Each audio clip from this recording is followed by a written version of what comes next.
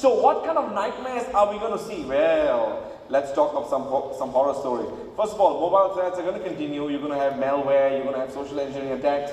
But let me tell you about all of the different risks that you're going to face.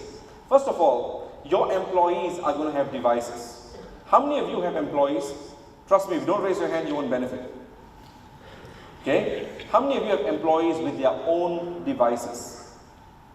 You all do. Do they bring it to your office? They do. Do they download their emails from their devices? They do. Do you think they sync their device to their home computers? They do. When they synchronize, what's going to happen to your data, guys? There's going to be massive data leakage. This is going to be the new problem that we're going to be dealing with. Where is our data residing? Because they might synchronize it with one public cloud. And you might have data that's extremely valuable to you. And you might have a thick IT policy as well, which is now followed anyway. It doesn't matter. That's problem number one. Problem number two is that the administrators will no longer have control of these devices. Do you have control of the devices of your employees right now? You don't. Because it's their device that you allowed in your work environment. That they downloaded stuff from your corporation. They have your Excel sheets, they have your emails, they have your data, but then they have their own apps as well. And their daughter uses that in the morning to watch Barbie as well. Is it within the control of the administrators? Absolutely not. Administrative nightmare. These are going to become the new endpoints. The definition of an endpoint has now changed. The endpoint will now become, is the iPad, the iPhone, the little cotton candy, the Raspberry Pi. But let me tell you, this is going to cause massive problems. It's going to cause massive problems for a simple reason. Where do you think your cloud resides? Let's move a little bit to a legal definition. Let's talk about clouds. Where are most of your clouds? Let's talk your cloud. Dropbox. Which country? Guys, which country? China. Don't you know that? You're just joking. US. Okay? Dropbox is in the US. So your data in Malaysia is residing in Dropbox in the US. Okay. So earlier, there was a criminal investigation. And the forensics personnel came over, got a local court order, and seized your computer, correct? How many of you are forensics professionals, guys? Forensics, no? The research of forests. So, we used to go in, seize at night and seize the computer. And then what do? We image a hard drive. Right? And then we process that in court, and we present that in court. But now there's a problem. Because the guy carries a little post-PC era device. His data happens to be on a cloud, and the cloud happens to be in the US. Which court are you going to go to get hold of the data? US courts. Because the data resides in the US. It's not the device that controls the data anymore, guys. So how many of you have legal professionals that understand American law? Very few.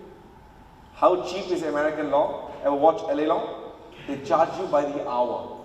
Your coffee costs $740. Because by the time you walk in, hi Jay, how are you doing? Would you like some coffee? Yes. Would you like some sugar with it?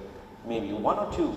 Two. Would you like black coffee or white coffee? Black coffee, sir. Move on quickly. Taxi meter is running. How's the weather? The weather is wonderful. All right, so that's $500. Now let's talk about your case. Right? So, US law is going to become a centerpiece in a lot of international investigations because the control of the data resides in all of these cloud-based solutions where your data is being stored. So, forensic science is going to change. You're not going to be able to lock these devices. And here's the biggest problem. Your biggest problem as the administrator is going to be, what did my guy do before he fell asleep? Because he's going to take his device, he's going to sync it to his computer. He's going to sync it to his television. He's going to sync it to his public cloud. And your stuff is going to go over all of this place. So, how many of you think that this is going to change? That your job's going to change? Raise your hand so far. Have I convinced you your job's going to change? Alright. But one thing that will not change, social engineering threat. This will now become a centerpiece. Because if I can get you to tell me where data is, if I can get you to tell me where the password is, then I do not need to probably hack all this stuff because I don't want to hack Dropbox, although Dropbox was compromised, let's not talk about that. But I don't want to go through that. So, how many of your users, well, let me take a step back. How many of you have heard the word social engineering? You all have. How many of you have been told before, this is a major threat? How many of you have done something about it?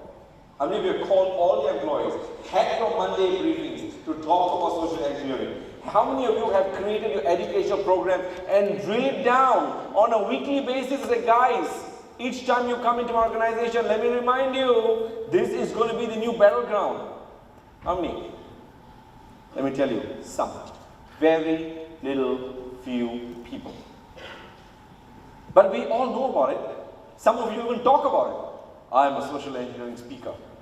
Really? But can you imagine what will happen if your organization gets social engineered? This is my number one nightmare. As an educator, can you imagine if EC Council gets social engineered? It's a major nightmare. It's a possibility because we are all across the world. So we do our little bit, whatever we can. But this is something that you need to do as well, especially if you're a large corporation.